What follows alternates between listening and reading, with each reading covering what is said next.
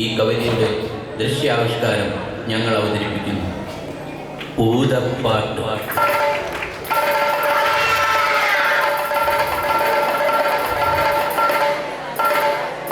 കേട്ടിട്ടില്ലേ തുടികൊട്ടും കലമൊട്ടു ചിലമ്പിൻ കലമലുകൾ, അയ്യയ്യാവരവം പിടിപ്പൂമുലമയിലിന്റെ കൂട്ടം, ചെപ്പിണ ചെമ്മണി കുത്തുമുലകൾ ചേരിനിഴയും പൂമായം, പുറവടി വപ്പടി മൂടിക്കിടക്കും ചെമ്പൻ വാകുഴമുട്ടോളം, ചോപ്പുകൾ മീതെ ചാർത്തി അരമണി കെട്ടിയ വെള്ളപ്പാവാട, അയ്യയ്യാവര വഞ്ചിത വൃത്തം ചെയ്യും നല്ല മണിക്കൂടം, നല്ല മണിക്കൂടം.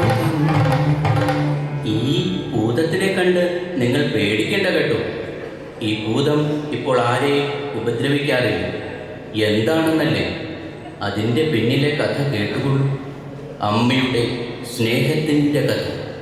ആറ്റിൻ വക്കത്തെ മാളിക വീട്ടിലെന്നാറ്റു നോറ്റിട്ടോരുണ്ണി പിറന്നു, ഉണ്ണിക്കരയിലെ കിങ്ങിണി പൊന്നു കൊണ്ടുണ്ണിക്കു കാതിൽ കുടക്കടുക്കൻ പാപ്പ കൊടുക്കുന്നു, പാലു കൊടുക്കുന്നു, പാവ കൊടുക്കുന്നു അങ്ങേ. താഴെ വെച്ചാലുറും വലിച്ചാലോ, തലയിൽ വെച്ചാൽ പേനരിച്ചാലോ, തങ്കക്കുടത്തിനെ താലോലം പാടിയിട്ടു, തങ്കക്കട്ടിലിൽ പട്ടുവിരിച്ചിട്ടു, തണുതണെ പൂന്തുട തട്ടിയുറക്കിട്ടു, ചാഞ്ഞുമയങ്ങുന്നു നങ്ങേ, ചാഞ്ഞുമയങ്ങുന്നു നങ്ങേ. അങ്ങനെ 7 വർഷങ്ങൾ കഴിഞ്ഞുപോയി. ഉണ്ണിയെ പള്ളിക്കൂടത്തിൽ ചേർക്കാൻ സമയമായി. മോനെ, എന്താ അമ്മേ? മോനെ ഉണ്ണി, ഇന്നത്തെ ദിവസത്തിന്റെ പ്രത്യേകത എന്താണെന്നറിയാമോ? എനിക്കറിയാലോ, ഉണ്ണി ഇന്ന് പള്ളിക്കൂടത്തിൽ പോകുന്ന ദിവസമല്ലേ? അതേലോ. മോൻ ഇന്ന് പള്ളിക്കൂടത്തിൽ പോയി എന്തെല്ലാം പഠിക്കും? ഞാൻ എല്ലാം പഠിക്കും. അമ്മയുടെ ചക്കര ഉമ്മ. ഈ എഴുത്താണിയും മോനെയും സൂക്ഷിക്കണം കേട്ടോ, താഴെ വെക്കരുത്. ശരി അമ്മേ. മോനെ, കാട്ടിൽ കൂടി പോകുമ്പോ സൂക്ഷിക്കണേ, വലിയ ഭൂതവും പിടിക്കും. ശരി അമ്മേ. കുട്ടികളെ ഇഷ്ടമുള്ള ഭൂതം ഉണ്ണിയെ കാണുന്നു. കുട്ടിയെ പേടിപ്പിക്കാതിരിക്കാൻ ഒരു പെൺകുട്ടിയുടെ വേഷം ധരിച്ച് ഭൂതം ഉണ്ണിയുടെ അടുത്തെത്തുന്നു. ഹായ് ഉണ്ണി, നീ എവിടെ പോവാ? ഉണ്ണി പള്ളിക്കൂടത്തിൽ പോകുന്നു. നീ നടന്ന് ക്ഷീണിച്ചല്ലോ, കുറച്ചു സമയം നമുക്ക് ഇവിടെ നിന്ന് കളിക്കാം. ഇപ്പൊ വേണ്ട ചേച്ചി, ഞാൻ പള്ളിക്കൂടത്തിൽ എത്താൻ വൈകും.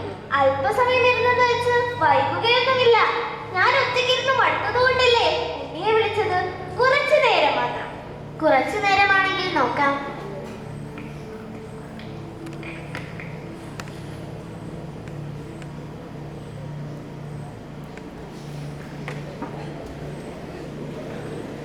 എഴുത്താണിയും ഓലയും കയ്യിലുള്ള ഉണ്ണിയെ തൊടാൻ പറ്റില്ലെന്ന് വന്നപ്പോൾ ഭൂതം ഒരു സൂത്രമെടുത്തു.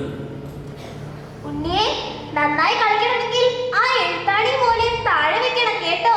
ഏയ്, ഇത് താഴെ വെക്കരുതെന്നാണ് അമ്മ പറഞ്ഞിട്ടുള്ളത്. അതിനിപ്പോൾ നമ്മൾ 2 പേർ മാത്രമല്ലേ ഉള്ളൂ. ആരും എടുക്കില്ല. കളി കഴിഞ്ഞ് പിന്നെ എടുക്കാമല്ലോ. ഉണ്ണി ഓലയും എഴുത്താണിയും താഴെ വെച്ചപ്പോൾ ഭൂതം തൻ്റെ മന്ത്രശക്തിയാൽ ഉണ്ണിയെ തൻ്റെ കൂടെ കൂട്ടിക്കൊണ്ടുപോകുന്നു. മോനെ, മോനെ ഉണ്ണി, നീ എവിടെയാണോ? അമ്മയെ പറ്റിക്കാണെങ്കിൽ വാ മോനെ.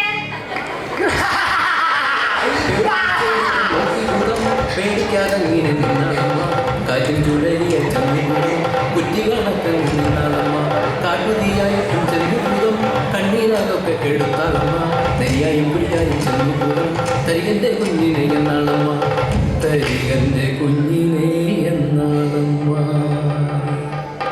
ഈ മണ്ണിലെ പുല്ലും കല്ലും മുത്തും പഴവുമായി ഞാൻ നിനക്ക് തരാം. നിന്റെ ഉണ്ണിയെ എനിക്ക് തന്നാൽ ഈ മുത്തം കവിളും ഒന്നും എനിക്ക് വേണ്ട. എനിക്ക് എന്റെ ഉണ്ണി, എനിക്ക് എന്റെ ഉണ്ണിയെ മാത്രം മതി ഭൂതമേ.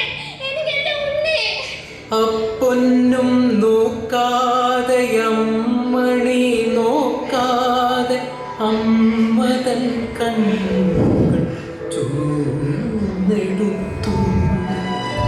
പുലരിച്ചെന്താമര പോലവേ ഭൂതത്തിൻ തിരുമുമ്പിലർപ്പിച്ചു തൊഴുതുരച്ചു. ഇതിലും വലിയതാണെൻ്റെ പൊന്നോമന, അതിനെ തരികൻ്റെ ഭൂതമേ നീ, അതിനെ തരികൻ്റെ ഭൂതമേ നീ. അമ്മയ്ക്ക് കാഴ്ചയില്ലെന്നറിഞ്ഞ ഭൂതം മന്ത്രശക്തിയാൽ മറ്റൊരു കുട്ടിയെ ഉണ്ണിയായി അമ്മയുടെ മുന്നിൽ നിർത്തി.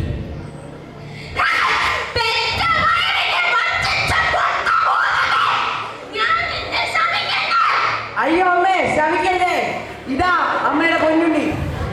ഇവളെ കാണാൻ അമ്മയ്ക്ക് ഞാൻ ശക്തി നൽകുന്നു.